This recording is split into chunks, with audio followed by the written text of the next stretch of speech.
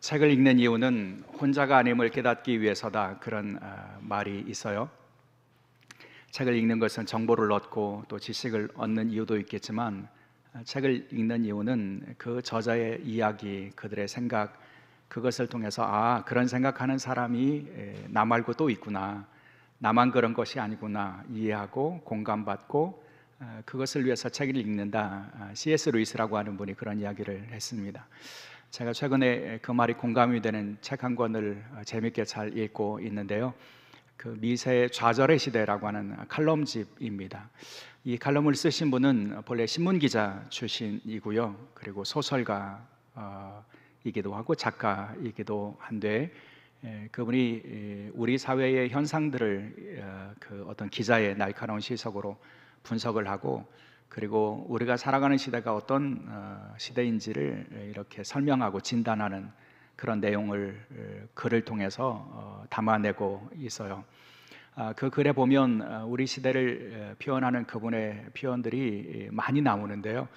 뭐 외로움의 시대 혹은 공허의 시대, 이런 일반적인 표현으로부터 시작해서 그 조롱의 시대, 이런 표현도 사용하고요. 또 혼미의 시대, 이런 표현도 사용하더라고요. 그리고 재밌는 것은 순한 맛이 사라지는 시대, 그런 표현도 했어요. 여러분, 음식점에 가면 매운맛 좋아하는 사람들이 많이 계신데요.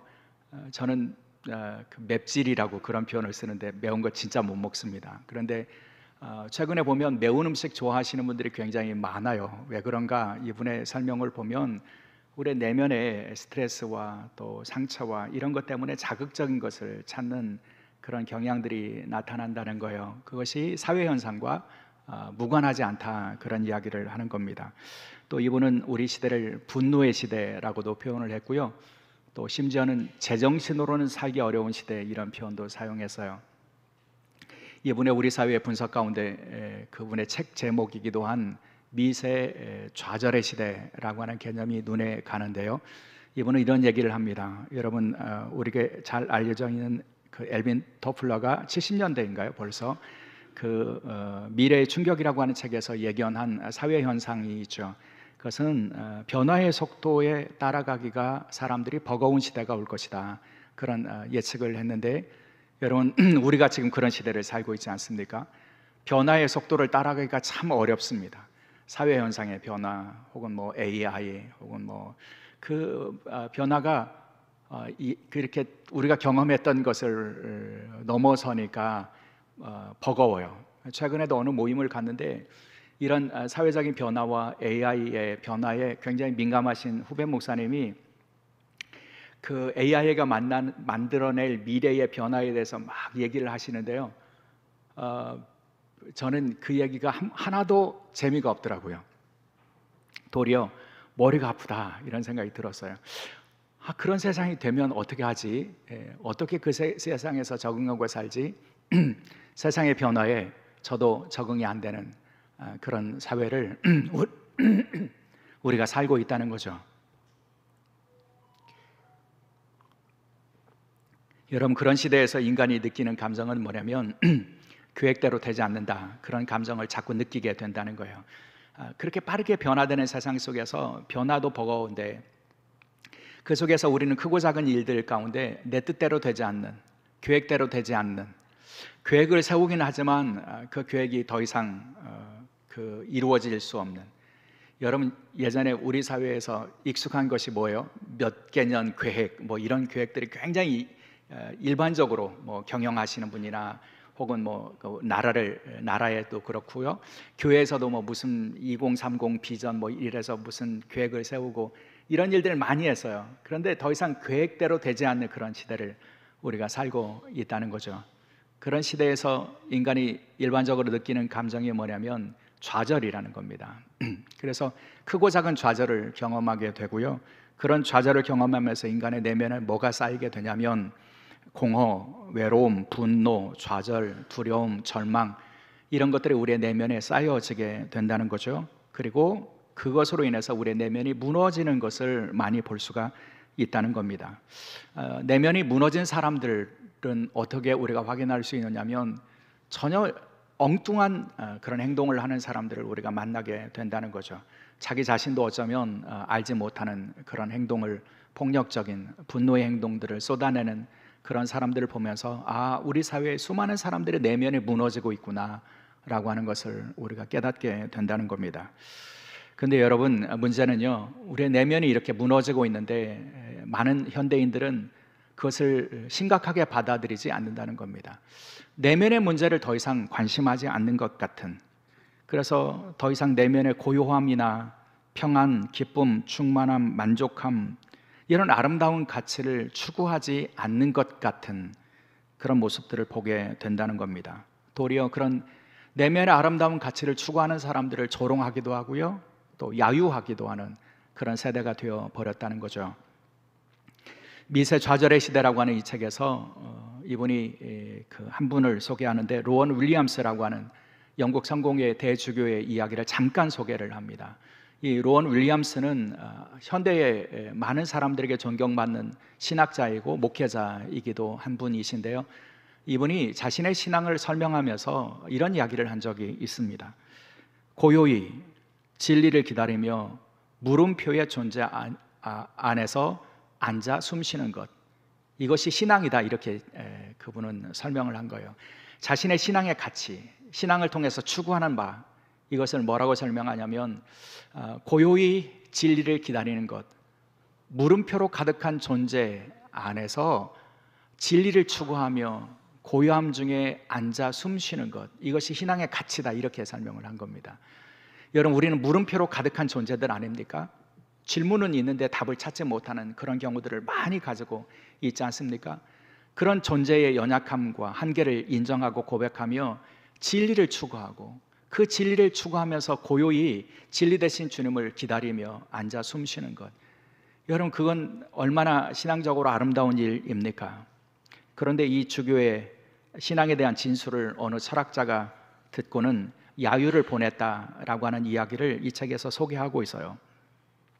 그 철학자는 뭐라고 이 대주교의 신앙에 대한 대답을 야유했냐면, 별로 심오하지 않으면서 심오한 것처럼 포장한다, 이렇게 야유를 했다는 거예요. 별로 심오하지 않은 이야기하면서 심오한 척한다, 이렇게 야유를 보냈다는 겁니다. 이 글을 읽으면서 제 안에 인간의 교만과 무지와 야만을 떠올렸습니다. 여러분, 자신 안에 고요함을 추구하는 것 얼마나 아름다운 가치입니까? 여러분, 물음표로 가득한 인생이 진리를 찾아 추구하는 것, 이거 얼마나 가치 있는 일입니까? 그런데 고요함 가운데서 진리를 기다리고 물음표로 가득한 존재가 그 고요함 안에서 앉아 숨쉬는 것, 이것이 무슨 야유받을 일이겠습니까? 아니, 그 철학자가 말하는 그 심오하다고 하는 것은 도대체 어디서 찾을 수 있는 것입니까? 야유하는 그 철학자의 내면에는 과연 무엇이 자리 잡고 있습니까? 여러분, 그 심령 안에는 그 내면에서 생겨나는 절망과 공허와 두려움과 외로움 같은 것들이 생겨나면 그것을 어디서 극복할 힘을 얻을 수 있겠습니까? 사랑하는 여러분, 우리 시대가 아무리 물질 문명의 진보를 이루고 로봇과 AI가 만드는 엄청난 변화를 보인다고 할지라도, 여러분, 우리가 포기할 수 없는 가치 있지 않습니까? 그것은 우리의 내면을 가꾸는 것, 그리고 영적인 추구를 통해서 영적인 성장을 가져오는 것, 여러분, 이것은 우리가 포기할 수 없는 가치라고 저는 믿습니다. 특별히 기독교 신앙 안에서 살아가는 우리들이 더 추구하고 더 소중하게 여겨야 될 가치가 여기에 있다고 믿습니다. 내면 세계를 살펴보는 것, 그래서 영적인 성장을 추구하는 것, 여러분, 이것이 중요한 믿음의 가치가 될 수 있어야 한다는 거죠. 그럴 때 우리는 우리 자신뿐만 아니라 우리의 자녀들과 우리 곁에 있는 사람들에게 과연 우리가 추구하는 진리가 얼마나 풍성하고 아름다운지, 그리고 그 구원과 생명을 통해서 얻게 되는 고요함과 평안함, 자유와 충만함, 만족함, 이것이 얼마나 중요한지를 설명할 수 있게 된다는 거죠. 저는 저와 여러분이 그런 내면의 풍성함을 누리고 살아가는 그리스도인들이 될 수 있기를 주의 이름으로 축원합니다. 그런 내면의 아름다움과 고요함, 자유, 부유함, 풍성함, 만족함, 이런 것을 다 담아 설명하는 성경의 개념이 하나가 있는데요, 그것이 물된 농산이라고 하는 개념입니다. 지난 주간에 예레미야서를 묵상하면서 만났던 그런 아름다운 개념이기도 한데, 예레미야서 31장, 그래서 오늘 본문의 그 구약의 본문을 예레미야 31장으로 정하고 여러분과 함께 그 말씀을 나누었습니다. 예레미야 31장은요 하나님의 구원과 치유와 회복에 대한 약속의 말씀을 담고 있습니다. 하나님께서 이스라엘을 구원하시겠다, 그들을 돌아오게 하시겠다, 그들을 치유하겠다, 이렇게 약속해 주시는 내용이에요. 근데 여러 번 말씀드린 것처럼 당시에 이스라엘은 구원과 회복이 불가능해 보이는 그런 상황이었어요. 멸망당한 지 100여 년이 지났고요, 그들은 뿔뿔이 흩어져 버렸고요, 이스라엘이라고 하는 그런 정체성을 다 잃어버리고 있었던 그런 상황이었어요. 근데 하나님께서는 그 절망 중에 있었던 이스라엘에게 그렇게 말씀해 주시는 거예요. 내가 그들을 구원하겠다, 그들을 돌아오게 하겠다, 그래서 그들이 시온에서 기쁨으로 하나님을 찬양할 수 있게 하겠다, 그들에게 내가 풍성함을 주겠다, 포도주와 소떼와 양떼와 많은 것들로 그들을 채우게 될 것이며 내 복으로 그들을 만족하게 하겠다, 그들 가운데 기쁨이 있고 즐거움이 있게 하겠다, 그렇게 약속해 주시면서 하나님 주시는 구원을 이렇게 설명해 주십니다. 예레미야 31장 12절, 그들이 와서 시온의 높은 곳에서 찬송하며 여호와의 복 곧 곡식과 새 포도주와 기름과 어린 양의 떼와 소의 떼를 얻고 크게 기뻐하리라. 그 심령은 물된 동산 같겠고 다시는 근심이 없으리로다 할지어다. 여러분, 하나님께서 이루신 구원과 회복을 통해서 무엇을 주신다고요? 찬송을 주시고요, 기쁨을 주시고요, 즐거움을 주시고요, 그리고 만족을 주신다, 이렇게 말씀해 주시면서 그들의 하나님의 구원으로 인하여 그들에게 어떤 일들이 벌어지게 된다고 말씀해 주시냐면 그 심령은 물된 동산과 같게 하시겠다, 이렇게 말씀해 주십니다. 이런 하나님의 구원과 회복을 통해서 얻는 물된 동산과 같은 그런 구원의 질서는 선지자 이사야도 예언했던 그런 내용이죠. 이사야 58장의 말씀에 보면요 11절 이렇게 말씀합니다. 여호와가 너를 항상 인도하여 메마른 곳에서도 내 영혼을 만족하게 하며 내 뼈를 견고하게 하리니 너는 물된 동산 같겠고 물이 끊어지지 않는 샘 같을 것이다. 여러분, 하나님의 구원의 질서를 선지자는 이렇게 노래합니다. 하나님께서 그들의 영혼을 만족하게 하실 것이고, 그래서 그들의 내면이, 심령이 물된 동산과 같으며 물이 끊어지지 않는 샘과 같은 아름다움이 있게 될 것이다. 여러분, 상상해 보시겠습니까? 하나님의 구원이 이루어질 때요 우리 안에 어떤 일이 벌어진다고요? 물된 동산과 같은 아름다움이, 물이 끊어지지 않는 샘이 그 동산의 중심에 있고요, 계속해서 솟아나는 그 샘으로부터 시작해서 아주 작은 실개천이 만들어지고요, 그 실개천이 흘러가면서 더 큰 개울을 만들고요, 강을 이루고요, 그 물이 닿는 곳에는 생명이 살아나는 역사가 일어나게 되지 않겠습니까? 물이 흘러가는 강의 좌우편에는 여러분 열매를 맺는 수많은 과일의 나무들이 자라게 될 것이고요, 그 나무에서 열매가 맺힐 것이고요, 그리고 그 물이 닿는 곳에 여러분 꽃이 피고 나무가 무성하게 될 것이며, 여러분 나무로 가득한 그 동산에 새들이 날아다니게 될 것이고요, 거기에 동물들이 뛰어다니는 조화롭고 아름다운 모습들을 우리가 상상하게 되지 않겠습니까? 여러분, 물된 동산과 같은 그런 아름다운 질서를 하나님께서는 우리의 심령에 허락해 주신다고 말씀해 주시는데요, 여러분, 그렇게 아름다운 동산의 원형을 우리는 어디서 볼 수 있습니까? 에덴에서 볼 수 있는 것 아닙니까? 하나님께서 만드신 아름다운 동산, 그 동산에 여러분 물이 솟아나는 샘이 있었을 거예요. 그리고 동산에서 발원한 강들이 흘러가는 모습을 보여주었고요, 그리고 그 동산에 아름다움이, 조화로움이, 생명력이 넘치는 모습을 보여주시지 않습니까? 그러니 선자를 통해서 하나님의 구원을 그렇게 말씀해 주시는 거죠. 여러분, 물된 동산과 같게 하겠다. 뭐죠?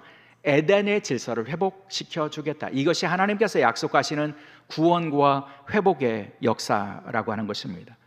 사랑하는 여러분, 구원에 대한 소망을 가지고 구원을 소유하고 누리고 살아가는 여러분의 심령에 오늘 물된 동산과 같은 아름다운 질서가 회복되는 복을 누릴 수 있기를 주의 이름으로 축원합니다. 여러분, 예수님께서 약속해 주시는 구원도 그렇습니다. 예수님은 당신을 구원의 주라고 말씀해 주시죠. 구원하기 위하여 이 땅에 오신 분이라고 말씀해 주십니다. 주님은 구원의 주로 이 땅에 오셔서 당신을 통해서 구원을 얻은 사람들에게 생명을 선물로 주시겠다, 이렇게 말씀해 주시지 않습니까? 주님이 구원의 주로 이 땅에 오셔서 우리에게 주시기를 원하시는 궁극적인 선물이 뭐라고 말씀하시냐면 생명을 주시겠다 이렇게 말씀해 주십니다. 그래서 여러분, 사도 요한은 예수님을 구원자로 소개하면서 가장 먼저 예수님이 주시는 그 구원을 생명이라고 표현하고 있는 거예요. 요한복음 1장 4절, 그 안에 생명이 있으니 그 생명은 사람들의 빛이라. 여러분, 그 안에요. 누구 안에요? 주님 안에요. 여러분, 그 요한복음 1장의 내용은 가장 먼저 예수님이 창조의 때부터 계신 분이시라고, 창조에 함께 하신 분이시고 창조주라고 선포하고요. 그 다음에 그 안에, 주님 안에 생명이 있다 이렇게 말씀해 주십니다. 주님은 창조주의 권능을 가지고 그분 안에 생명을 가지고 계시는 분. 여러분, 주 안에 생명이 있다는 겁니다. 주 안에 사랑이 있고요, 주 안에 소망이 있고요, 주 안에 능력이 있고요, 주 안에 영생이 있고요. 오늘 우리가 찬양한 것처럼요, 여러분, 주 안에 그 생명의 능력이 있다는 겁니다. 그래서 주님은 당신 안에 있는 그 생명의 능력을 우리에게도 주시기를 원하시는 분이라고 알려주십니다. 그것을 알려주시기 위해서 주님께서 뭐라고 말씀하시냐면, 오늘 요한복음 6장 말씀해 보면 48절에 이렇게 선포하시죠. 내가 생명의 떡이다. 주님께서는 당신이 안에 있는 생명을 우리에게도 주시기 위하여 당신을 우리에게 내어주셨다는 거예요. 생명의 떡이라고 하는 것은 생명을 주시기 위한 양식이라는 것 아닙니까? 여러분, 우리가 만나를 먹는 것처럼, 또 밥을 먹는 것처럼, 여러분, 우리의 생명을 연장하기 위해서, 우리의 생명을 위해서 무엇인가를 먹어야 되는데, 주님께서는 당신 안에 있는 생명을 우리에게 주시기 위하여 당신을 내어주시고, 그리고 당신을 통해서 우리가 생명을 얻게 하신다 이렇게 말씀해 주시는 거죠. 예수님은 당신이 생명의 떡이라고 하는 것을 강조하고 싶으셨어요. 그래서 여러분, 요한복음 6장에 보면 당신을 생명의 떡이라고 말씀해 주시는 장면이 3번이나 반복됩니다. 41절, 자기가 하늘에서 내려온 떡이라 하심으로. 48절, 내가 생명의 떡이니라. 51절, 나는 하늘에서 내려온 살아있는 떡이니 사람이 이 떡을 먹으면 영생하리라. 예수님은 당신을 생명의 떡이라고 말씀해 주십니다. 생명을 주시기 위하여 당신을 내어주셨다. 당신 안에 있는 생명을 우리에게도 전해주시기 위하여 당신을 우리에게 내어주셨다 이렇게 말씀해 주시는 거죠. 예수님께서 말씀해 주시는 생명에 대한 약속, 그리고 생명을 선물로 주신다는 이 말씀, 이것을 이해하기 위해서 우리는 생명이라고 하는 이 개념을 바르게 이해해야 하는데요. 여러분, 상식적으로 다 아시는 것처럼 성경에는 2가지 생명이 등장하는 것 여러분 기억하시죠? 여러분, 생명을 설명하는 헬라어 단어가 2가지가 있습니다. 하나는 비오스라고 하는 단어이고요, 하나는 조에라고 하는 단어입니다. 비오스라고 하는 단어는 생물학적인 생명을 이야기하는 겁니다. 여러분, 우리가 다 지금 호흡하고 움직이고 생명을 가지고 살아가는 것처럼 우리는 육체적인 생명을 가지고 살아갑니다. 근데 문제는 뭐냐면, 우리의 육체적인 생명은요, 아무리 건강하고 아무리 강한 사람이라고 할지라도 그 생명력이 여러분 약해질 수밖에 없다는 거예요. 쇠퇴할 수밖에 없다는 거죠. 젊어서 여러분 날아다니는 사람들 많이 계신데요, 여러분 시간이 지나면 약해지게 되어 있습니다. 마라톤을 하고요, 42.195를 달리고요, 여러분 철인 3종 경기를 다 완주하고요, 그렇게 아무리 강철 같은 사람이라고 할지라도 그 육체적인 생명이라고 하는 것은 갈수록 약해지고 쇠퇴할 수밖에 없고요, 그러다가 꺼지는 불처럼 사라질 수밖에 없다는 겁니다. 이게 육체적인 생명의 모습이라는 겁니다. 근데 여러분, 우리에게는 그런 육체적인 생명만 있는 것이 아니죠. 조회라고 표현하는 영적인 생명이라고 하는 것도 있습니다. 영원전부터 하나님 안에 있는 생명이고요, 그래서 생명의 근원 되신 주님이 우리에게 주시는 생명입니다. 그 생명은 그 죽음이라고 하는 것을 이기는 능력이 있는 생명입니다. 그런 의미에서 에덴에 있었던 사람들이 처음부터 누렸던 그 생명이라고도 할 수 있습니다. 여러분, 에덴에는 죽음이라고 하는 것이 없었잖아요. 에덴에 있었던 사람들에게는 죽음이라고 하는 것이 그들을 주관할 수가 없었잖아요.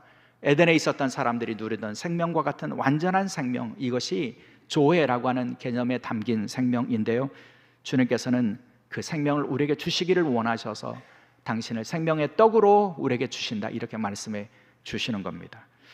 여러분, 우리 육체적인 생명에 만족하지 않아야 합니다. 육체적인 생명을 어떻게 가꿀까에만 머물 수 있지 않아야 합니다. 우리의 영적인 생명에 관심을 가져야 한다는 거죠. 왜냐하면 이 육체적인 생명과 영적인 생명은 본질적으로 다르기 때문입니다. C.S. 루이스라고 하는 분은 이 육체적인 생명과 주님이 우리에게 주시는 영적인 생명의 차이를 설명하기 위하여 장난감 병정과 진짜 병정의 차이와 같다 이렇게 말합니다.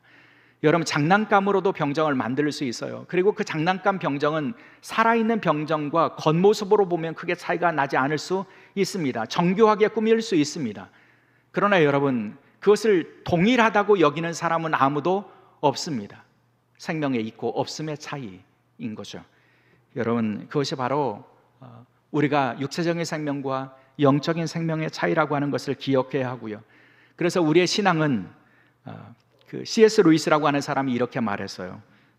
바이오스를 가진 인간이 조회를 가진 존재로 바뀌는 사건이다.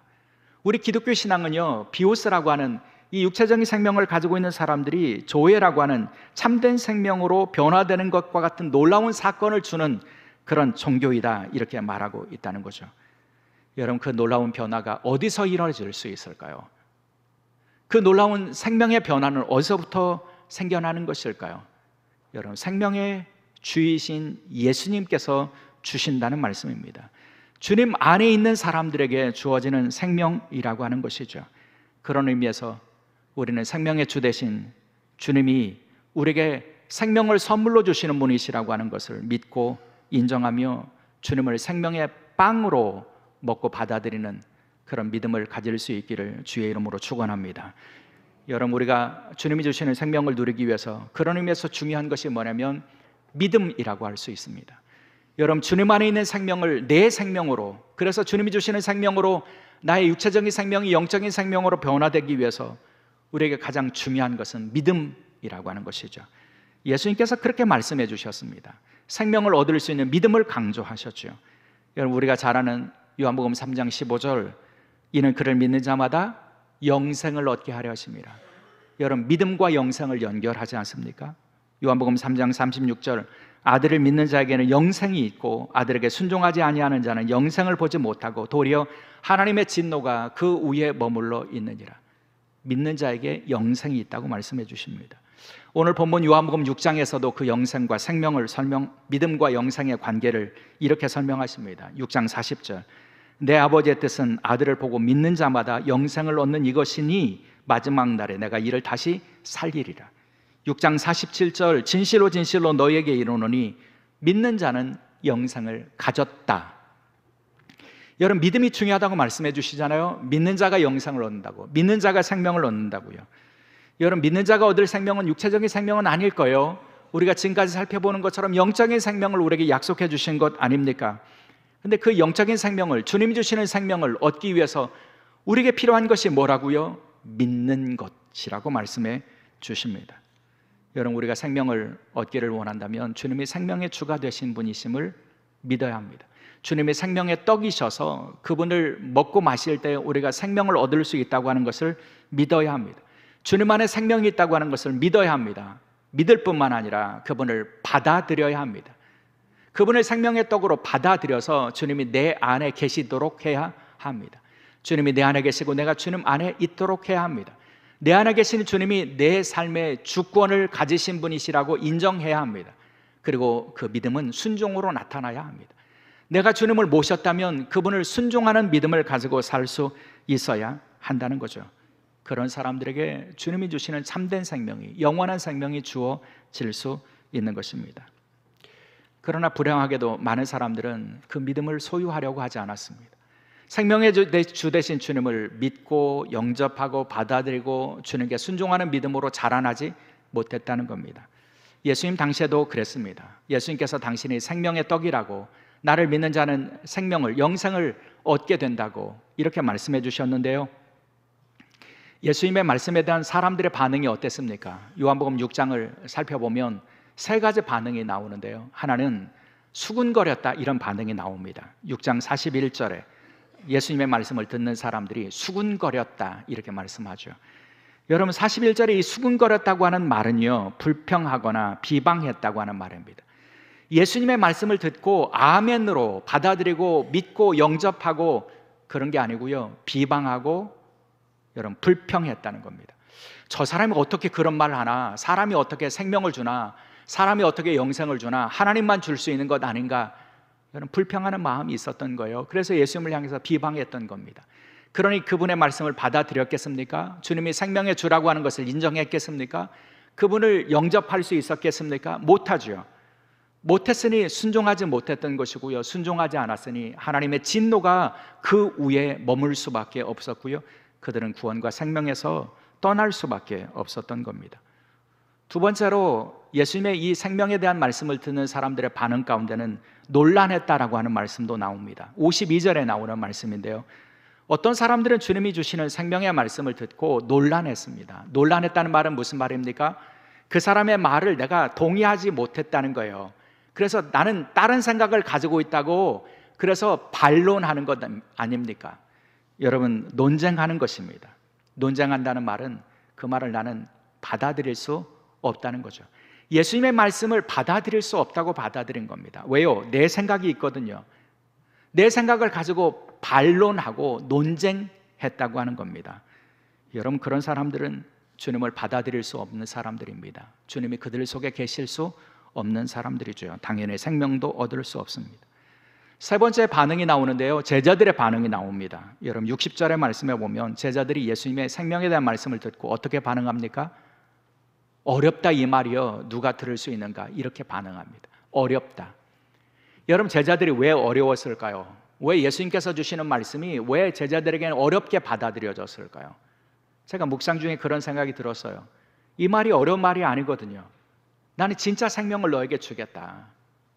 죄와 사망이 들어오기 전에 사람들이 가졌던 그 본래의 신적인 생명을, 영원한 생명을 나를 통해서 너희가 얻고 구원을 선물로 얻을 수 있다, 이렇게 말씀해 주신 말씀을 왜 어렵게 느꼈을까요?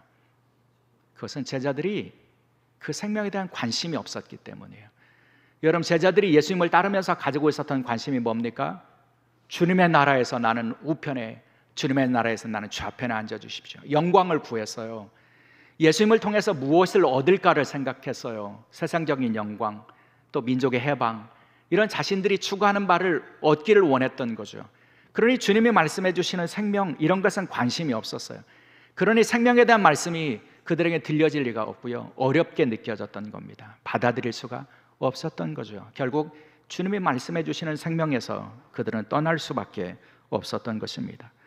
사랑하는 여러분, 주님이 생명이 되시고 생명의 떡이 되신다는 이 말씀을 듣는 우리는 어떠해야 할까요? 어떤 사람들은 수군거릴 수 있어요. 어떤 사람들은 반론할 수 있어요. 어떤 사람은 어렵게 느껴질 수 있어요. 그러나 여러분, 우리가 이 말씀을 대할 때에 보여야 되는 반응은 무엇이냐면 믿음이어야 한다는 겁니다. 아, 주님이 구원의 주님이시고 그분의 구원을 통해서 우리는 에덴의 삶을 회복할 수 있도록 그 참된 생명을 우리에게 주시기를 원하시는 분이시구나.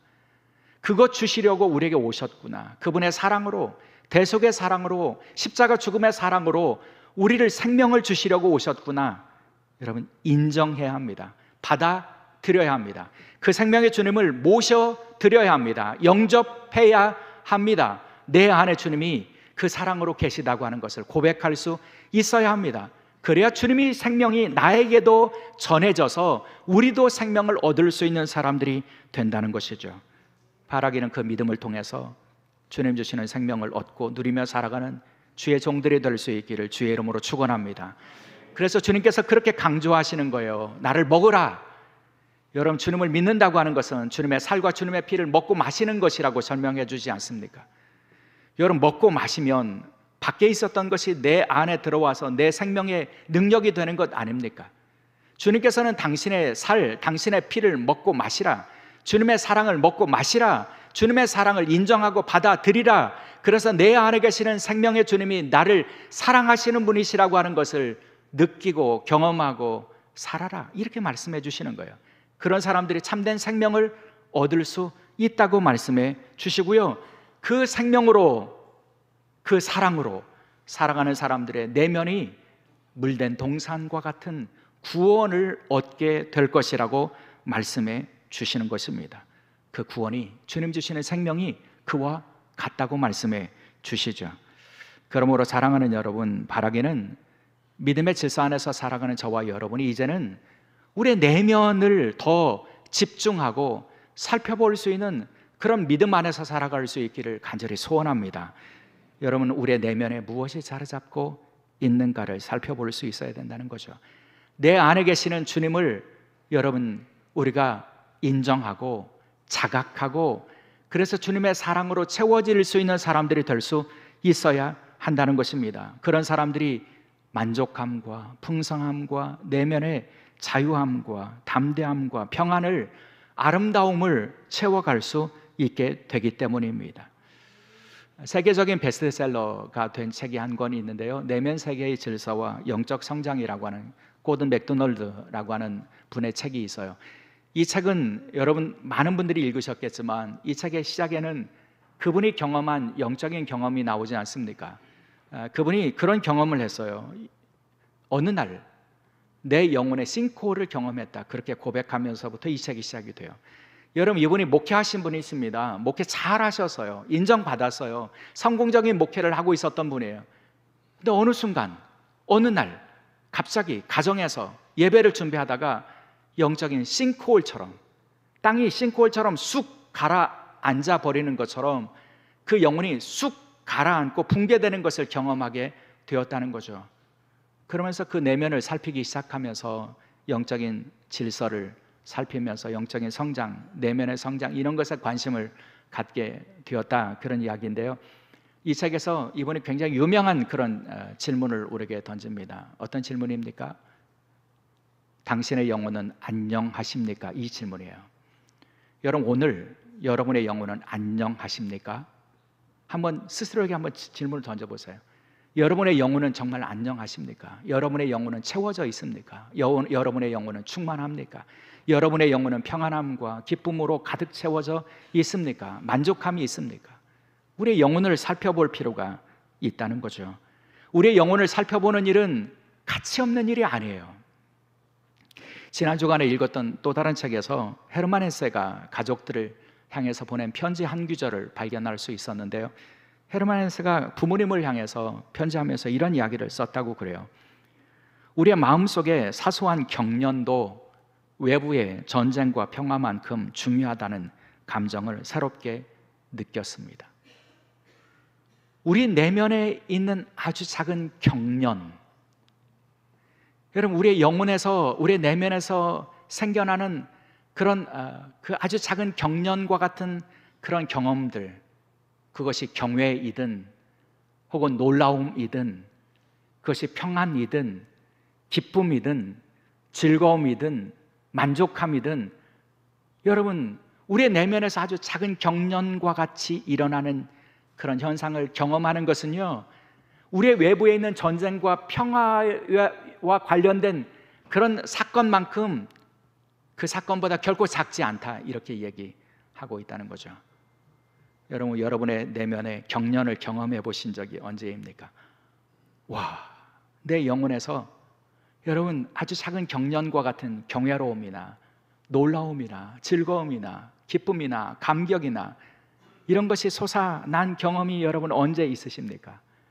그런 경험이 없으면 우리의 얼굴에 자기 자신도 모르는 순간에 미소를 띄울 수 있는 경험을 가질 수 없습니다. 제가 이 글귀를 딱 읽는 순간에 눈을 들으니까 여러분, 제 앞에 어떤 꼬맹이가 있는 거예요. 근데 얼마나 예쁜지요. 제가 그 부모의 눈치를 피해서 그 아이의 얼굴을 보면서 저도 모르는 순간에 제 안에서 미소가 막 생겨나고 미소를 띄우면서 제가 저희 아이들에게 자랑했어요.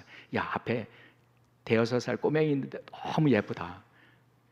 여러분, 제 안에 일어나는 그런 경련과 같은 즐거움, 기쁨, 여러분, 이것을 어디서 우리가 얻을 수 있겠습니까? 사랑하는 여러분, 주님께서는 우리의 영혼을 채워주시기를 원하셔서요, 물된 동산과 같은 영혼으로 만드시기를 원하셔서 당신을 우리에게 내어주셨어요. 그리고 우리에게 사랑의 주로 오셔서 우리의 영혼과 내면을 주관하고 계세요. 그래서 우리의 영혼에 물된 동산과 같은 부유함과 만족함을 허락해 주신다고 말씀해 주십니다. 그러므로 그 주님을 여러분 믿음 안에서 받아들이십시오. 주님이 내 안에 계시는데 그 주님이 지금도 나를 놀랍게 사랑하시는 분이시라고 하는 것을 여러분 기억하시고 고백하십시오. 그래서 그 사랑 안에서 누릴 수 있는 풍성함과 물된 동산과 같은 부요함을 누리고 살아가는 구원의 백성들이 될 수 있기를 주의 이름으로 축원합니다. 기도하겠습니다.